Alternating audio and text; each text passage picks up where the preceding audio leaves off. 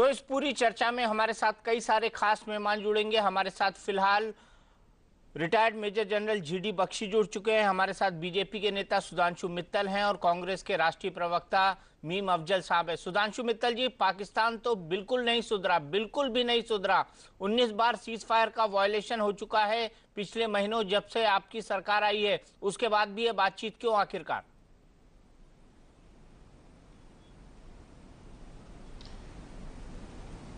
दीपक जी, दो चीजें समझ लें। पहले उन्होंने सीज फायर का वायलेशन करा और मुंह तोड़ जवाब मिला उनको। इस वायलेशन को भारत की सरकार ने या फिर भाजपा सरकार ने हाथ जोड़ के स्वागत तो करा नहीं। ग्राउंड पे जो उन्होंने करा उसका रिटेलिएशन पूरा हुआ, ये तो एक चीज। और सेक्रेटरी लेवल की बात में यही सीज फायर वायलेशन जो है, इसी को लेके ये बातचीत हो रही है। तो सारी तरफ से दबाव बनाया जा रहा है कि आप अपना आचरण सुधारिए, और नहीं सुधारेंगे तो फिर जो होगा आगे होगा। आचरण सुधारिए, आप ये चाहते हैं मीम अफजल साहब? पाकिस्तान अपना आचरण के लिए एक चीज दीपक जो है बता दूं, मैं मीम अफजल साहब के पास चलता हूं, फिर आपके पास आता हूं। मीम अफजल साहब, आप क्यों विरोध कर रहे हैं? आप अच्छा ठीक है।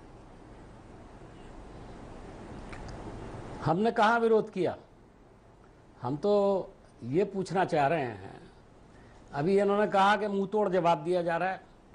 हमारे ज़माने में क्या चूड़ियाँ पहन करके हम घर बैठते थे क्या?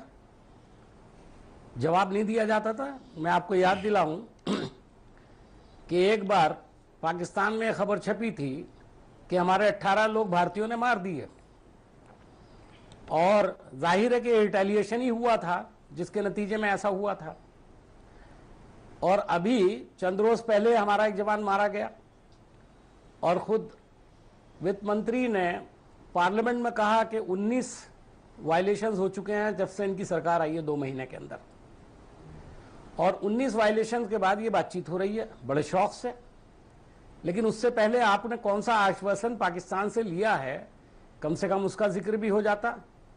आज जो विदेश मंत्रालय से इस सिलसिले में ऑफिशियल बयान आया है, उसमें यही कहा गया कि आधे घंटे बातचीत की गई। मैं समझता हूं कि मोदी जी के जाना, पाकिस्तान जाने की तैयारी के सिलसिले में ये हो रहा है। वायलेशन के सिलसिले में हो रहा है नहीं हो रहा है मुझे नहीं पता, एजेंडा तो इसका कोई सामने आया नहीं है। ये तो सुधांशु जी को पता होगा, हमको तो मालूम नहीं है कि ये एजेंडा है। अखबारों में जरूर आया, कोई एजेंडा नहीं आया आज की तारीख तक कि वहां जाकर क्या गुफ्तगू होगी, क्या बातचीत होगी। लेकिन मैं सिर्फ ये बताना चाहता हूं दीपक जी कि भारतीय जनता पार्टी की शुरू से राजनीति जो है उसके हमेशा 2 चेहरे रहते हैं। एक चेहरा वो है जो ये बाद में दिखाते हैं, एक चेहरा वो है जब ये हमसे कभी मुकाबले पर आते हैं। और मैं तो ये कहते थे कांग्रेस मुक्त भारत, और अभी सुषमा जी ने कहा, मैं उनकी इज्जत करता हूं, बहुत अच्छी पॉलिटिशियन है।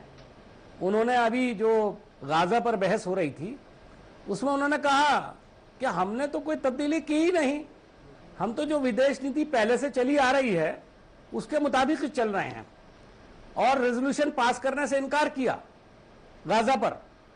लेकिन यूनाइटेड नेशंस की जो ह्यूमैनिटी की जो कमीशन है, ह्यूमन राइट्स कमीशन, उसने जब जिनेवा के अंदर एक प्रस्ताव किया तो बहुत खामोशी के साथ उस पर दस्तखत कर दिए। यानी जो काम भारत में सारी अपोजिशन कह रही थी वो नहीं किया, लेकिन जिनेवा में दस्तखत किए और साथ में बड़े सख्त कमेंट भी किए हैं।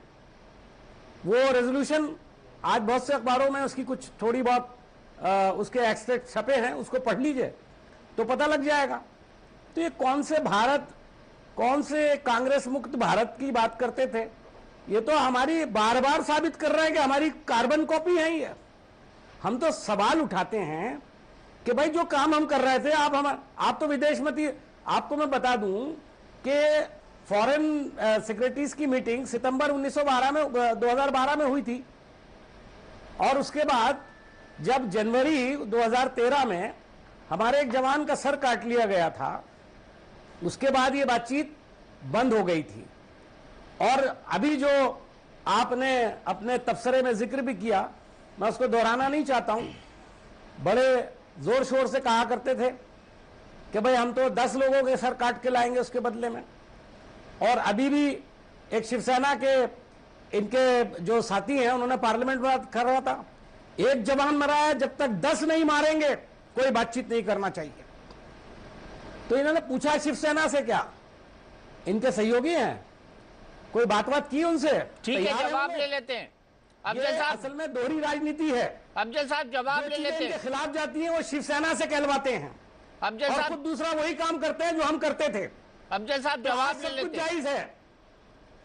आप सुधांशु मित्तल जी, आप इनकी कार्बन कॉपी बनकर रह गए हैं और कुछ नहीं। हाँ दीपक जी, इनकी जानकारी के लिए बता दूं कि इस साल 56 वायलेशन हुए हैं। 19 हमारे जमाने में हुए, उससे पहले टोटल जो अब तक मिला के उसको है 56 है। और आप क्या कर रहे थे? आप बहुत तो तमंचे चला रहे थे क्या? एक बात। दूसरी बात इन्होंने कही कांग्रेस मुक्त भारत। हाँ, आपके दबाव में हमने तो बातचीत बंद कर दी थी। मतलब आप बताइए, आज जब 56 हो जाएंगे तब आप कठोर कार्रवाई करेंगे। देखिए आप बोलते, देखिए नहीं, सुधांशु जी इसकी मीटिंग हो रही थी मीम तो साहब, आप तो मीम धरना साहब, प्रदर्शन मीम पे बैठ साहब, गए थे जाकर के, हमने तो कोई धरना प्रदर्शन नहीं मीम किया। साहब आप बहुत वरिष्ठ आदमी। एक सेकेंड, मीम साहब आपसे मैं उम्मीद नहीं करता हूं, आप बहुत वरिष्ठ प्रवक्ता हैं। और एक चीज हमेशा आप मानते हैं कि जब दूसरा बोलता है तो आप बीच में नहीं बोलते हैं। आज भी आपको वो जो है अपना शिष्टाचार दिखाना चाहिए। मैं आपसे निवेदन करना चाहूंगा, क्योंकि एक दूसरे से हम इस तरह की बहस करके ठीक नहीं है। क्यों अब आप इसमें तिलमिलाइए नहीं। अच्छा देखिए, हाँ हमने कहा है कांग्रेस मुक्त भारत, क्योंकि हमें एक भ्रष्टाचारी संगठन जिसने देश की अर्थव्यवस्था और देश को लूट खसोट करके खा गई हो, उससे मुक्ति भारत को चाहिए। ये कहा कांग्रेस मुक्त भारत जो है, हिंदुस्तान मुक्त भारत नहीं कहा है।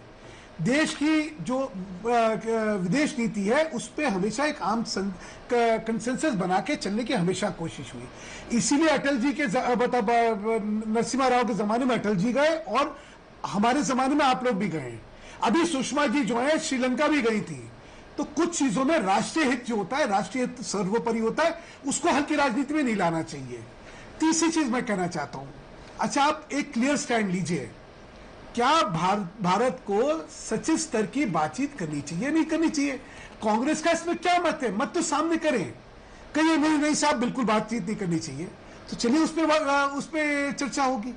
क्या है, चित्र मेरी पटरी मेरी अंटा मेरे बाप का, ये नहीं होता है। आगे चलता हूं मैं। क्या आप भी कहते हैं, और राष्ट्रीय हित की हमेशा ये बात होती है कि should we be a war mongering nation. हर चीज का एक प्रतिक्रिया के ट्रिगर्स होते हैं। किस बात का उस पर क्या जवाब दिया जाएगा? What is the proportion? अब आतंकवाद है, आतंकवाद जो पाकिस्तान स्पॉन्सर्ड होगा उसका एक प्रपोर्शन डिफरेंट होता है, ये सीज फायर वायलेशन का एक प्रपोर्शन डिफरेंट होता है। इसलिए चीजों को उसके संदर्भ में देखते हैं, उसके परिप्रेक्ष्य में देखते हैं। अगर बात करेंगे तो चर्चा में जो है कुछ अच्छी चीजें निकल के आएंगी कि भाई क्या करना चाहिए। यही तो कांग्रेस कहती थी सुधांशु भाई, देखिए यही तो कांग्रेस कहती थी। सुनिए, यही तो कांग्रेस कहती थी, तब आप कहते थे बातचीत का कोई मतलब नहीं है। पे हमने कब कहा कि बातचीत नहीं होनी चाहिए? आपने कई बार कहा, दीपक जी आपने कई बार कहा, आपका कंसिस्टेंट स्टैंड ये था। आप बताइए ना कब कहा? आपका कंसिस्टेंट स्टैंड यही था। हमारा कंसिस्टेंट स्टैंड ये था, जब तक टेररिज्म के एक्शन चलते रहेंगे तब तक हमारा कंसिस्टेंट स्टैंड ये था कि बातचीत ना करके ऑफेंसिव, डिप्लोमेटिक ऑफेंसिव पे जाना चाहिए। यही स्टैंड था। कब नहीं रहा हमारा, और आज भी कह रहे हैं बातचीत नहीं होनी चाहिए, ये स्टैंड था आपका। सुनिए, आतंकवादी हमलों के बाद हमेशा ये स्टैंड रहा। कभी सीज फायर को लेकर बातचीत नहीं होनी चाहिए, नहीं स्टैंड रहा। और एक नई शुरुआत की कोशिश हो रही है, नहीं करेंगे और ये अपने रवैया नहीं बदलेंगे तो आप भी देखेंगे क्या होने वाला है। लेकिन वो मुझे कहना है, कुछ चीजें प्रियम्प्ट करने से पहले सारी स्थितियों का जायजा लेके अगर करेंगे तो शायद रिस्पॉन्सिबल बात रहेगी। नहीं तो हम लोग भी शब्दों का जाल में इधर उधर बात करते रहेंगे, उससे कोई फायदा नहीं होगा। उससे कोई फायदा नहीं होगा। मेरे साथ श्वेता पारुलकर जी जुड़ गई है, जो शिवसेना की स्पोक्स पर्सन है। आप क्या पाकिस्तान से बातचीत के फेवर में है श्वेता जी? अभी बातचीत तो कई सालों से चल रही है और हम लोग ने देखा है कि अभी नरेंद्र मोदी जी ने भी दोस्ती का हाथ फिर से बढ़ाया है और ये बात फिर से शुरू की है कि दोस्ती का हाथ बढ़ाएं और हमारे जो दोनों राष्ट्र के रिलेशन है वो ज़्यादा अच्छा हो जाए। लेकिन अगर वो नहीं हो सकता है तो फिर अलग तरह से सोचना पड़ेगा। मतलब आप इस बातचीत के पक्ष में, शिवसेना इस बातचीत के पक्ष में, फेवर में? हाँ जी, बिल्कुल।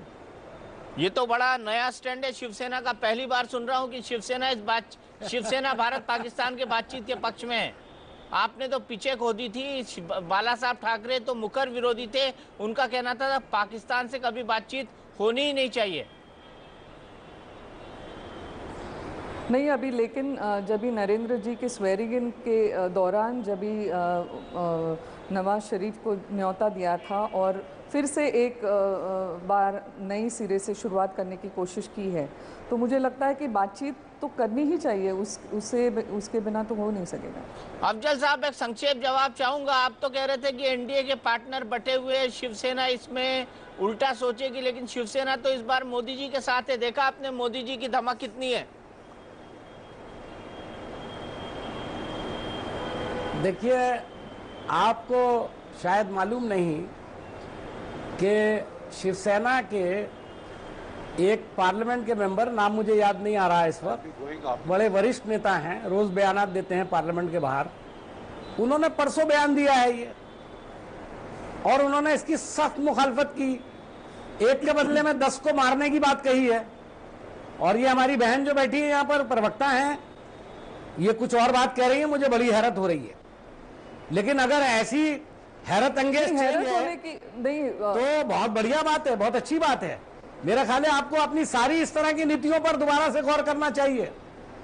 शिवसेना को अपनी जिस तरह की भी नीतियां वो लोग बोलते रहते हैं, अभी प्रेम शुक्ला जी होते यहाँ पर तो शायद कुछ और कह रहे होते।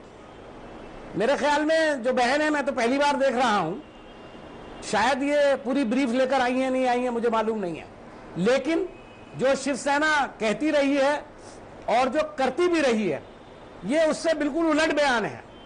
अगर ये ऑफिशियल बयान है तो मैं समझता हूं एक बड़ी जबरदस्त चेंज है और शिवसेना को इसका काफी अच्छा जोरदार प्रोपेगेंडा करना चाहिए। लेकिन श्वेता पारुलकर हम जी, पाकिस्तान के दोस्त हो गए। आप श्वेता पारुलकर जी, संजय राउत जी ने साफ साफ विरोध किया था इसका। नहीं, मैं अभी जी, संजय राउत जी बात करें पैनल पे मुझे मालूम नहीं। अभी कौन बात करें पैनल पे मुझे मालूम नहीं है। मीम अफजल साहब है, राष्ट्रीय प्रवक्ता है कांग्रेस के। हाँ जी, तो मैं उनको धन्यवाद देना चाहती हूँ उनके एडवाइस के लिए। लेकिन शिवसेना की भूमिका ये संयमी ही रही है और जब भी अगर कोई बात उस तरह से होती है तो वो हम बिल्कुल बर्दाश्त नहीं करते। लेकिन अगर दोस्ती का प्रस्ताव अगर नरेंद्र मोदी जी रख रहे हैं तो हम उनके साथ हैं इस विषय में। और अगर वो नहीं हो पाएगा, उसको सक्सेस नहीं मिलेगा, तो क्या करना है उसका भी जो आगे करना है वो उनके साथ हैं हम। आप नरेंद्र मोदी के साथ हैं। बख्शी साहब, मैं आपसे जानना चाहूंगा यहाँ पर, और बताइए कि अगर ये प्रस्ताव पाकिस्तान की तरफ से होता तो आपका क्या रिएक्शन होता? नरेंद्र मोदी जी को तो आपने लबैक कह दिया। अगर ये पाकिस्तान की तरफ से होता प्रस्ताव तो फिर आपका रिएक्शन क्या होता? श्वेता जी जवाब दीजिए। नहीं, अभी अगर मगर का जवाब देने में तो कोई मतलब ही नहीं है। अभी जो है उस पे ही बोलने की जरूरत है। अगर मगर का जवाब नहीं देंगे। सुधांशु मित्तल जी, आतंकवादी हमले वहां से हो रहे थे, जैसे सानिया मिर्जा पर बोल रही है आपकी पार्टी। अरे यार वो नहीं, हमारी पार्टी सानिया मिर्जा पे अभी तो कुछ डायरेक्ट स्टैंड नहीं लिया है। हालांकि जब भी उन्होंने शादी तय करी थी तभी शिवसेना ने डेफिनेटली स्टैंड उसके विरोध में लिया था, लेकिन अभी कोई स्टैंड पर्टिकुलरली नहीं लिया है। आज भाई आपके प्रवक्ता 2-3 चैनलों पर बैठकर उसको अपोज कर रहे थे।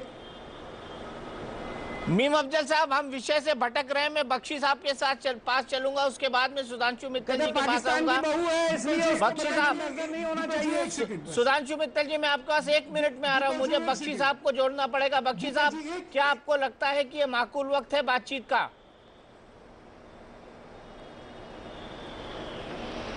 देखिए साहब, मैं समझता हूं कि अगर हम एक प्रिंसिपल्ड सैद्धांतिक पोजीशन लेते हैं तो हमको उसको साथ निभाना चाहिए, स्टिक करना चाहिए। हमारी पोजीशन ये थी कि जब तक पाकिस्तान आतंकवाद नहीं बंद करता, लाइन ऑफ कंट्रोल पे अपनी कारस्तानियां बंद नहीं करता, हम उससे बातचीत नहीं करेंगे। मुझे हैरत हो रही है कि अब हम बातचीत के लिए इतने उतावले क्यों हो रहे हैं, क्योंकि देखिए जैसे ही फॉरेन सेक्रेटरी साहब के साहिबा के वहां जाने की बात हुई, पाकिस्तान की फौज ने दनादन गोलियां दागनी शुरू की हैं। इसके अलावा पिछले 2 महीनों में भारतवर्ष से एक टिड्डी दल, ये वैदिक जी का और अपने कुलकर्णी साहब का, मणिशंकर अय्यर साहब का, और ये अपने जो पुराने फॉरेन मिनिस्टर साहब थे सलमान खुर्शीद साहब, ये सारे इस्लामाबाद लाहौर पे छा गए हैं शांति की बातें करने। और अब मैं समझता हूं बहुत ओछी हरकतें की हैं, खासकर वैदिक जी ने वहां हाफिज सईद, जिसके हाथ हमारे देश के नागरिकों के खून से रंगे हैं, उससे बातचीत करके। इस तरह आपने कमजोरी का सिग्नल दिया है, माफ कीजिए। और कोई हैरानी हमको नहीं होनी चाहिए कि अगर पाकिस्तान की सेना फायर कर रही है। एक बीएसएफ का जवान और एक सेना का जवान शहीद हो चुके हैं। क्या हमको ये मंजूर है? और ये दर्जे हरारत आने वाले दिनों में आप देखेंगे कि और बढ़ेगी। ये तो हम कितनी बार देख चुके हैं, अब एक और ट्रेलर देखने की क्या जरूरत है। मैं आपको आज लिख के दे सकता हूं कि अगले 10-15 दिन में लाइन ऑफ कंट्रोल पे दर्जे हरारत दबा के बढ़ेगी, क्योंकि पाकिस्तान की फौज नहीं चाहती कि कोई शांति की वार्तालाप हो, और नवाज शरीफ साहब से बात करना नहीं के बराबर है, क्योंकि उनकी वहां चलती नहीं। नवाज शरीफ साहब को पाकिस्तान की सेना का चीफ सैल्यूट करता नहीं। तो साहब ये जो है आप करने को कर सकते हैं, लेकिन हमारी कथनी और करनी में फर्क नहीं होना चाहिए। कथनी और करनी में फर्क ना हो। सुधांशु मित्तल जी, सुब्रमण्यम स्वामी ने भी, आपकी पार्टी के नेता हैं, यही बात कही है। कैसे भरोसा करेंगे नवाज शरीफ पर आप?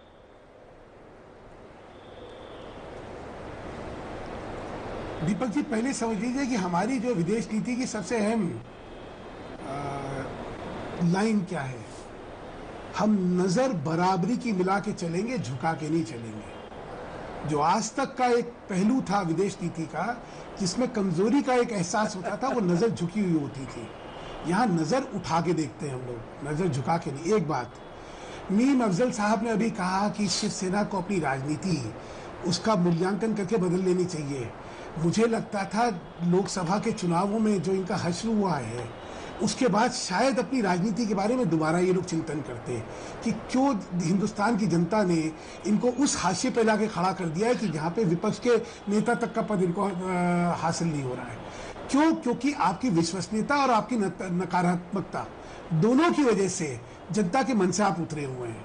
आपसे निवेदन है कि राजनीति को देश हित से सर्वोपरि ना मानिए, देश हित सर्वोपरि होता है। कोई चीज बोलते समय, सोचते समय और दूसरे के बारे में कहते समय अपने गिरबान में झांकिए। क्यों आपने कहा, मैं फिर वही कह रहा हूं, कांग्रेस मुक्त भारत जरूरत है, क्योंकि भ्रष्टाचार मुक्त भारत चाहिए। उसमें आप जो चीजों का जो टिप्पणियां कर रहे हैं वो संदर्भ के अलग हटके कर रहे हैं।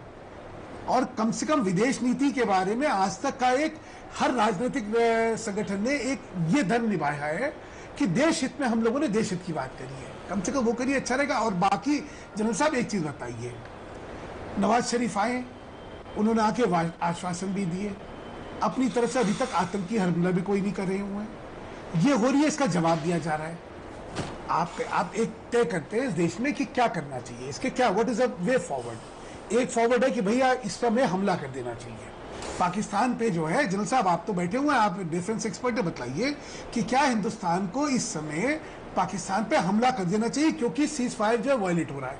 अगर आप कहते हैं तो ये सजेशन मैं रैली लेके जाता हूँ, इस पर चर्चा होनी चाहिए। नहीं तो जो अपनी मैंने कहा आंख मिला के और आंख ऊपर करके बात करें कि भाई तुम बदमाशी कर रहे हो, देखो तुमने कहा था ये चीजें हो रही हैं, और इसके परिणाम जो होंगे होंगे। फिर ये नहीं कहना कि भाई आपने नहीं करा था। ये बात हो रही, या तो उस सीज फायर वायलेशन पे भारतीय सेना जो है हाथ पे हाथ धरे बैठी हुई है, कोई रिटेलिएशन नहीं हो रहा। सत्य आपको भी पता है, मुझे भी पता है कि क्या क्या चीजें हो रही है, क्या नहीं हो रही है।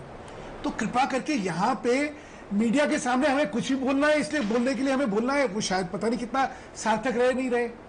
तो मेरा तो है कि इसको चर्चा को एक गंभीर चर्चा बनाई जाए।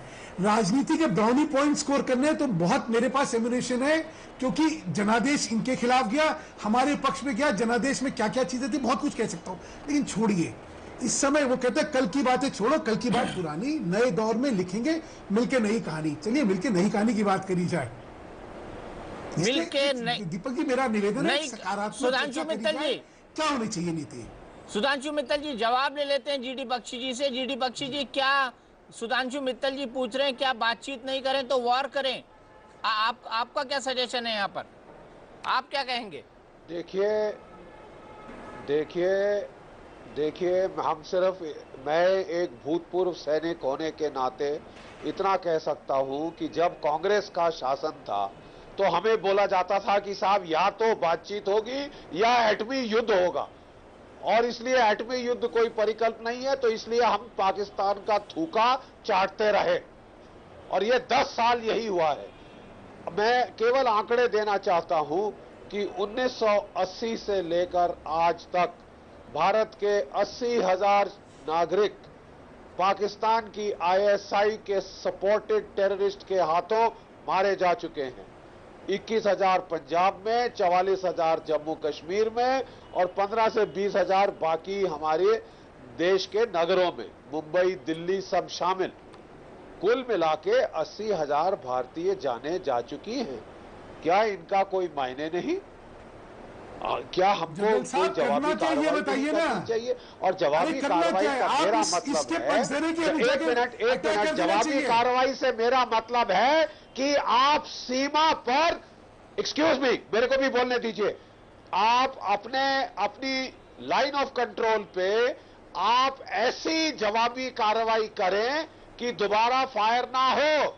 मैं काफी सर्विस कर चुका हूं लाइन ऑफ कंट्रोल पे, और उस तरह की कार्रवाई हम कर चुके हैं, पहले हम कर चुके हैं, और मैं कह सकता हूं कि अभी वो नहीं हो रही। अभी कोई पूरा युद्ध छेड़ने के लिए मैं नहीं कह रहा, पूरे युद्ध और बातचीत के बीच में बहुत सारे लेवल्स हैं। सुधांशु जी, मेरा एक सवाल है यहाँ पर। जब शहीद हेमराज का सर कटा था तो सुषमा जी ने कहा था एक सर कटा है, हम 10 सर लाएंगे जब हमारी सरकार आएगी। 2 जवान शहीद हो चुके हैं। कितने, क्या 20 जवानों को मारा गया है पाकिस्तान के? ऐसा है दीपक जी, कुछ चीजें जो हैं इनके बहुत अच्छे खुलासे नहीं होते हैं। बर्बरता का जवाब बर्बरता से दिया जाएगा, और ज्यादा उसकी इंटेंसिटी होगी, ये समझ लीजिए। लाइन ऑफ कंट्रोल में फायरिंग के नतीजे क्या होते हैं सबको पता है, और उसके दूसरी तरफ क्या नतीजे होते हैं ये भी सबको पता है। जहां तक बख्शी जी का सवाल है, बख्शी जी से पूछिए कोई ऑर्डर ऐसा है क्या कि नहीं, करारा जवाब नहीं देना चाहिए? पूछिए इनसे जरा, ये तो डिफेंस एक्सपर्ट है। वहां पे कमांड के पास क्या ऑर्डर्स हैं, पूछिए इनसे जरा, फिर आगे इस चर्चा को बढ़ाते हैं। बताइए बख्शी जी। देखिए साहब, हम तो नतीजों से जज करेंगे। मैं साफ कहना चाहता हूं, हम लोगों को मोदी सरकार से बहुत उम्मीदें हैं, बहुत उम्मीदें हैं कि करारा जवाब दिया जाएगा। माफ कीजिए, अभी तक वो जवाब दिखा नहीं है। हम लोग अगर निराश हो रहे हैं, क्योंकि इसलिए सुधांशु जी कि अभी तक हमको वो जो करारा जवाब, जिसकी बहुत हम उम्मीदें बांध के बैठे थे, अभी तक हमने नहीं देख पा, और इसलिए हमको जो है ये हैरानी हो। पहले हम लोग, मैं समझता हूं कि नई सरकार को थोड़ा अपना पांव जमाना चाहिए, हम भी चाहते हैं कि वो पांव जमाए, लेकिन अब उसके बाद बिल्कुल कांग्रेस की रील नहीं, जो है वही टेप दोबारा नहीं चलना चाहिए।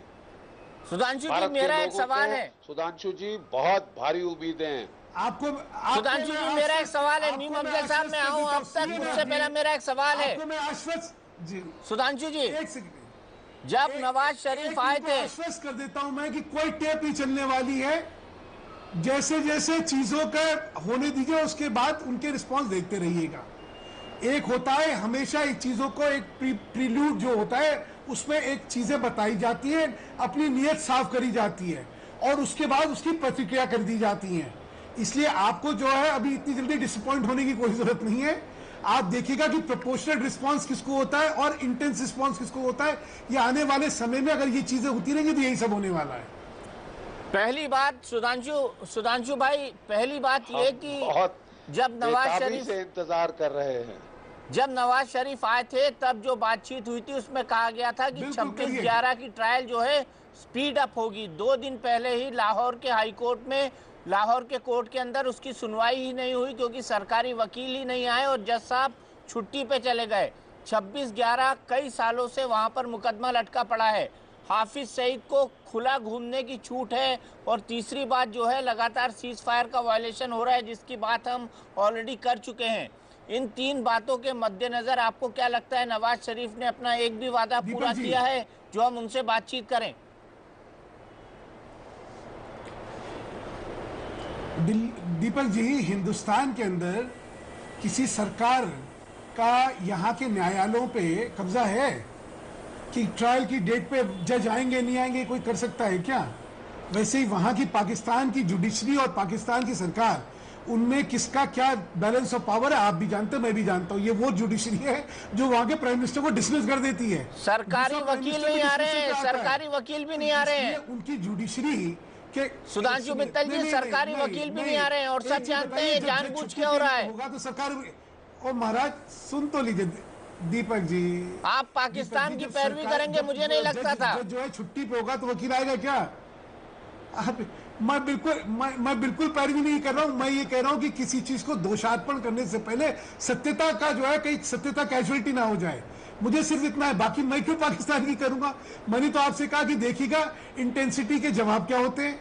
एक होता है कि एक आप हर एक को एक रोक देते हैं कि भाई देखिए हमारी नीयत और नीति ये साफ है, आप ये कर रहे हैं। नवाज शरीफ साहब आए, उनको बतला दिया आतंकवाद के बारे में। उसके बाद ये हो रहा है, ये जाके सेक्रेटरी साहब जो है, फॉरेन सेक्रेटरी साहब बतला रहे हैं। उसके बाद आप देखिएगा ये तोहमत और इल्जाम और कटघरे में हम तब खड़े होंगे जब चीजें ठीक नहीं होंगी, और उसके बाद भी हम नहीं चुप रहेंगे तो जरूर कटघरे में खड़ा करिएगा। मैं अफजल साहब के मेरे को आपसे माफी मांगनी पड़ेगी कि हाँ, हमें सरकार से कुछ और उम्मीदें थी। मैं अफजल साहब के पास जाऊं उससे पहले आपको एक और फैक्ट बता दूं कि ये समय दीजिए, समय से पहले ना करिए। ये सरकारी वकील इसलिए नहीं आ रहे क्योंकि इनको जान का खतरा है। और जब से 26/11 हुआ है, मैं हर बार पाकिस्तान गया हूं और हर बार आश्वासन मिला है और हर बार निराशा हाथ लगी है। मीम अफजल साहब इस बात को बड़ी अच्छी तरह जानते हैं। मैं चिदम्बरम साहब के साथ भी पाकिस्तान गया था, मैं SM कृष्णा साहब के साथ भी पाकिस्तान गया था और मैं फॉरेन सेक्रेटरी साहब के साथ भी पाकिस्तान गया था। जो सितंबर 2012 की बात मीम अफजल साहब कर रहे हैं, मीम अफजल साहब ये सच है ना?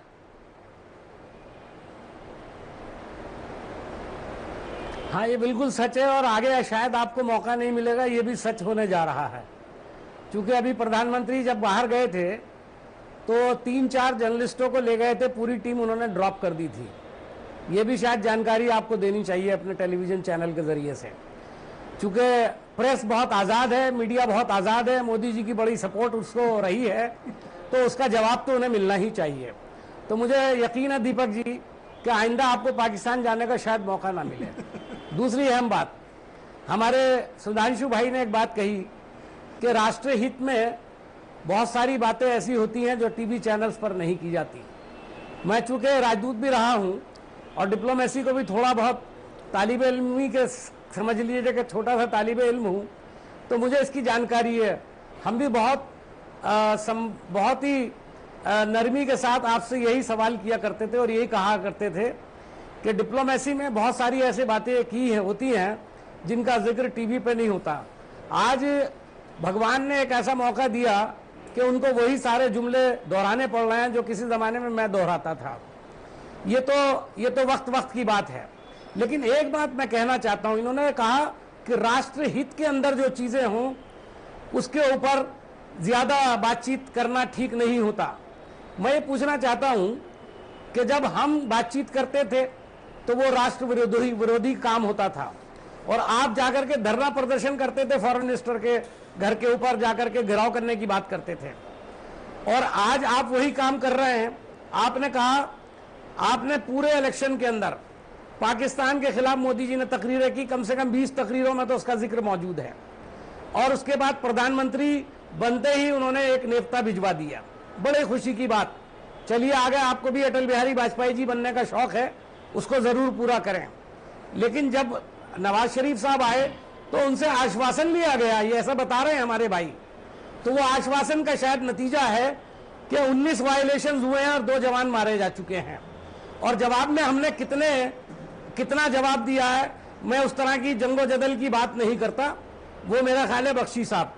और बख्शी साहब ने अभी एक और बड़ी अहम बात की, और उन्होंने कहा कि जंग के अलावा भी कुछ ऐसे पहलू होते हैं जिनसे जवाब दिया जा सकता है, और वो सरहद पर रहे हैं और उन्होंने ऐसा जवाब दिया है।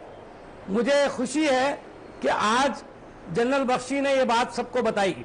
लेकिन ये पूछना चाहता हूं जनरल बख्शी साहब से भी और सुधांशु भाई से भी कि जब जनरल बख्शी सर्विस में थे और एलओसी पर जाकर के पाकिस्तान का डट के मुकाबला करते थे और जवाब देते थे, तो सरकार कांग्रेस की थी या भारतीय जनता पार्टी की थी?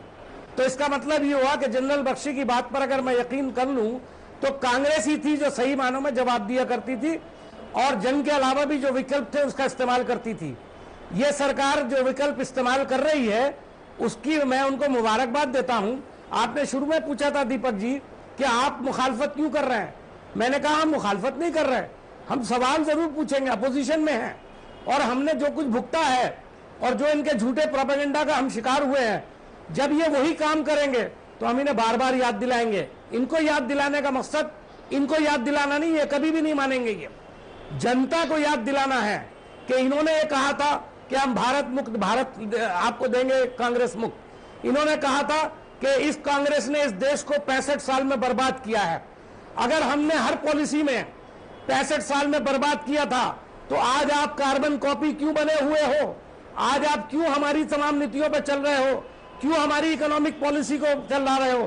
क्यों फूड बिल को लागू करोगे? क्यों हमारे बनाए हुए कानून को लागू कर रहे हो? आपने कैसे कहा था कि हम कांग्रेस मुक्त भारत देंगे? आप कांग्रेस मुक्त भारत नहीं दे सकते। अफजल साहब, आपकी अपनी कोई राजनीति नहीं है, आपकी अपनी कोई सोच नहीं है, आप सिर्फ नकलची हम है। नवाज शरीफ की राजनीति की बात कर रहे थे। हम नवाज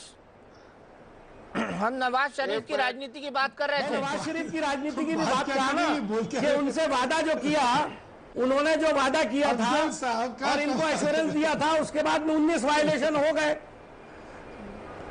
सुधांशु जी, मीम साहब को शायद ध्यान नहीं आ रहा कि हम चर्चा क्या कर रहे हैं।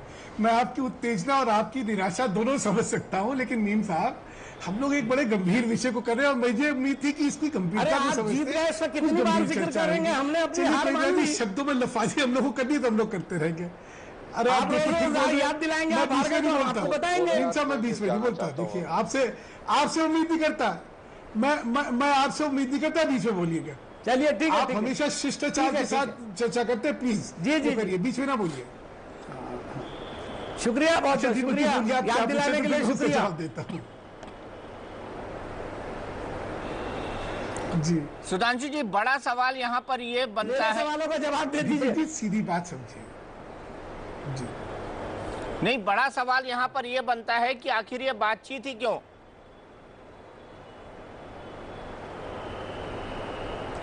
मैंने आपसे पूछा ना कि सामने सब जने बैठे हुए हैं, मीम साहब से पूछे बातचीत होनी चाहिए नहीं होनी चाहिए, इनसे कई कैटेगरिकल स्टेटमेंट दें, ये बताएं कि भाई बातचीत होनी चाहिए या नहीं होनी चाहिए। ये मना करें कहीं नहीं, कांग्रेस का पक्ष ये है कि बिल्कुल बातचीत नहीं होनी चाहिए, फिर सोचते हैं ना, बोले ये पूछे इनसे। मीम अफजल साहब जवाब दीजिए।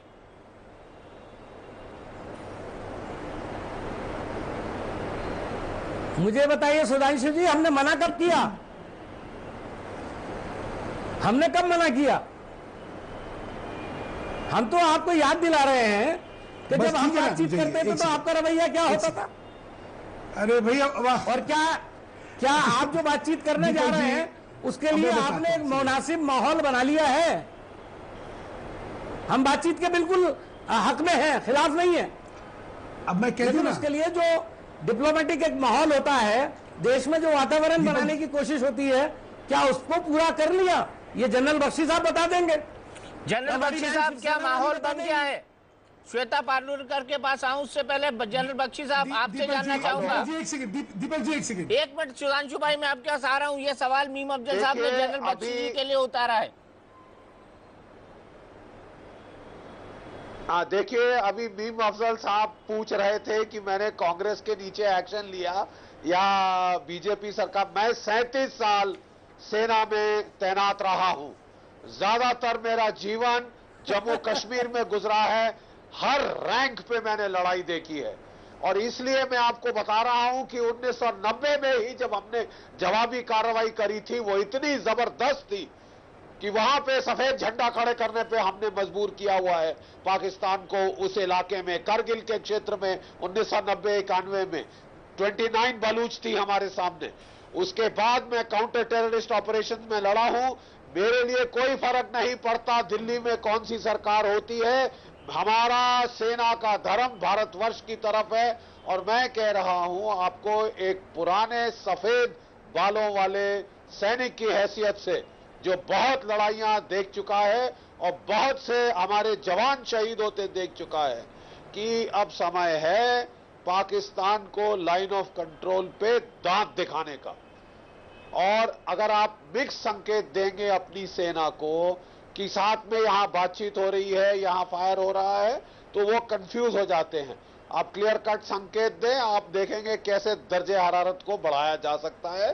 पाकिस्तान के लिए हमको कीमत बढ़ाना जरूरी है ताकि वो ये एक्शंस रोके। मैं आखिर में केवल एक चीज कहूंगा, actions speak louder than words.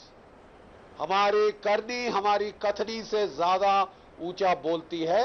Pakistan को अब कुछ करनी दिखाने का समय आ रहा है। उसके लिए, टेररिज्म के लिए कीमत बढ़ानी पड़ेगी। उसके लिए बेवजह लाइन ऑफ कंट्रोल पे आतंक फैलाने के लिए कीमत बढ़ानी पड़ेगी। और Sudhanshu ji, there is no action, only words. वहां पर एक्शन नहीं है, खाली शब्द है। दीपक जी, अच्छा सुनिए, अब आपने अभी सुना मीम साहब कह रहे हैं हाँ बात होनी चाहिए, तो नहीं, मेरे सवाल का जवाब दीजिए। There is no action, only words. आपको जानकारी दे दो। सुनिए, अरे सुनिए ना भाई, एक सेकंड। ये आपको लग रहा है ना, आपको एक्शन पता ही नहीं हो रहा है कि वो वहां पे बॉर्डर पे क्या एक्शन हो रहा है। जो एक्शन हो रहा है उसका रिएक्शन भरपूर हो रहा है। ये मैं आपको बतला देता हूं। एक चीज और, अभी आपने जनरल सिंह का बयान देखा होगा कल, कि दोनों सरकारों में फौज में कितना फर्क है। उन्होंने कहा जब से एनडीए की सरकार आई है, the extent of proactism has infused new blood. आपने कल सुना ना, आर्मी जनरल मेरे तो नहीं है भैया, जनरल बख्शी भी बैठे हुए हैं, कोई फर्क दिखा होगा तभी जनरल सिंह को ये कहने की जरूरत पड़ गई। बात छोड़िए, मैं ब्राउनी पॉइंट्स, फिर मैंने कहा मैं इसमें स्कोर नहीं करना चाहता। जो विषय की बात है कि अभी मीम साहब ने भी कहा बातचीत होनी चाहिए। देश में एक आम सहमति इस बात की है कि एक तरफ आंख दिखाइए और बातचीत करके बतला दीजिए अपनी मंशा, ताकि किसी को कोई ये भुलावे में ना रह जाए कि हमारे इसके बाद क्या प्रतिक्रिया रहने वाली है चीजों की। और मैंने कहा कि हर चीज का एक सर्टेन ट्रिगर होता है। वो चीजें कुछ यहाँ पे चर्चा है कि किस पॉइंट पे क्या ट्रिगर है, अभी नहीं करे तो वही बेटर है, क्योंकि ये ट्रिगर्स जो हैं, ये ट्रिगर्स जनता के बीच और टेलीविजन पे बतलाए नहीं जाते हैं। एक बात। दूसरी बात, मैं आपको एक चीज मतलब बड़े भरोसे के साथ कहना चाहता हूं कि निगाहें जो हैं उठा के देखी जाती हैं, हमारे यहाँ निगाहें झुकाती नहीं है।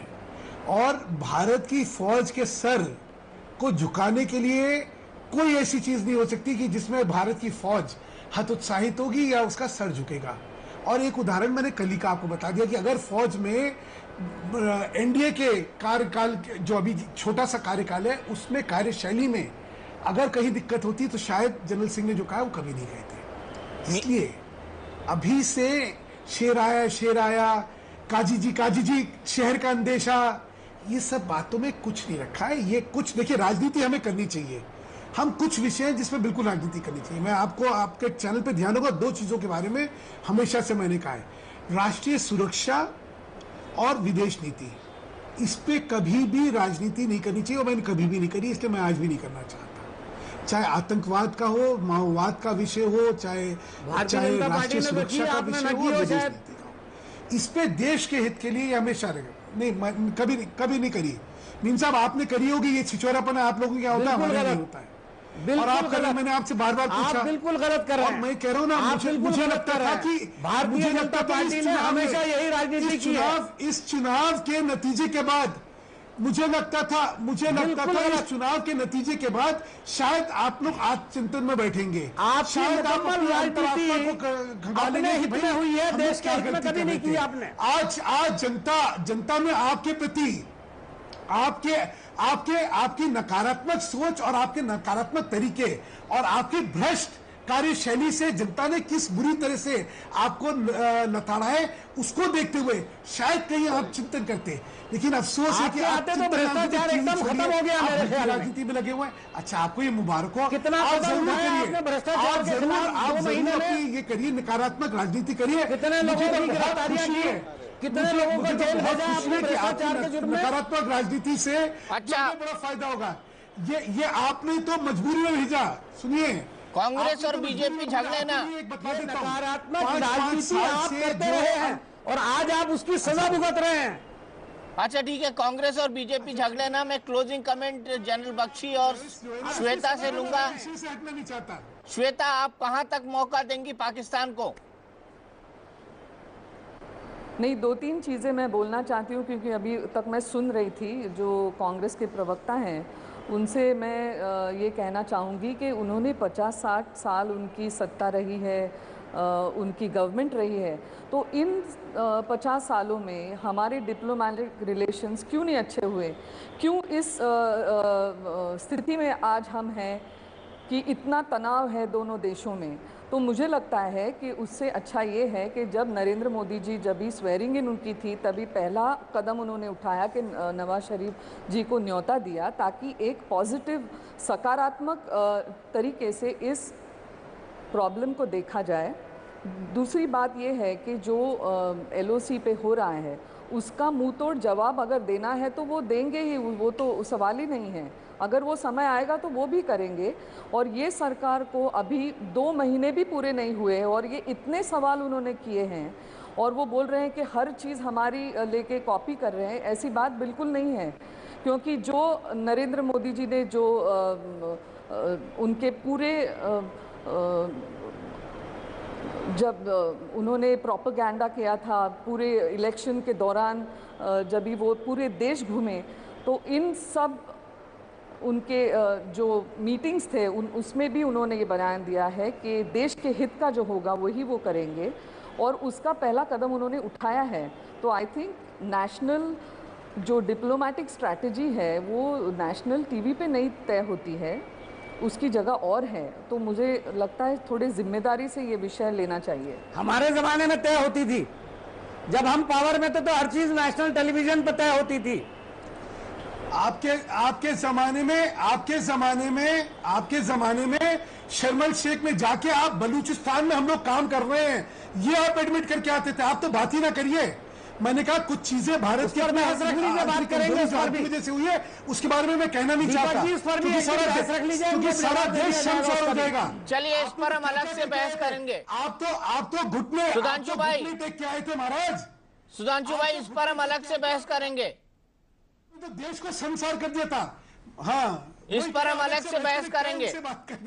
इस पर हम अलग से बहस करेंगे। बड़ी बहस में आज के लिए इतना ही। इंडिया न्यूज पर खबरों का सिलसिला लगातार जारी है।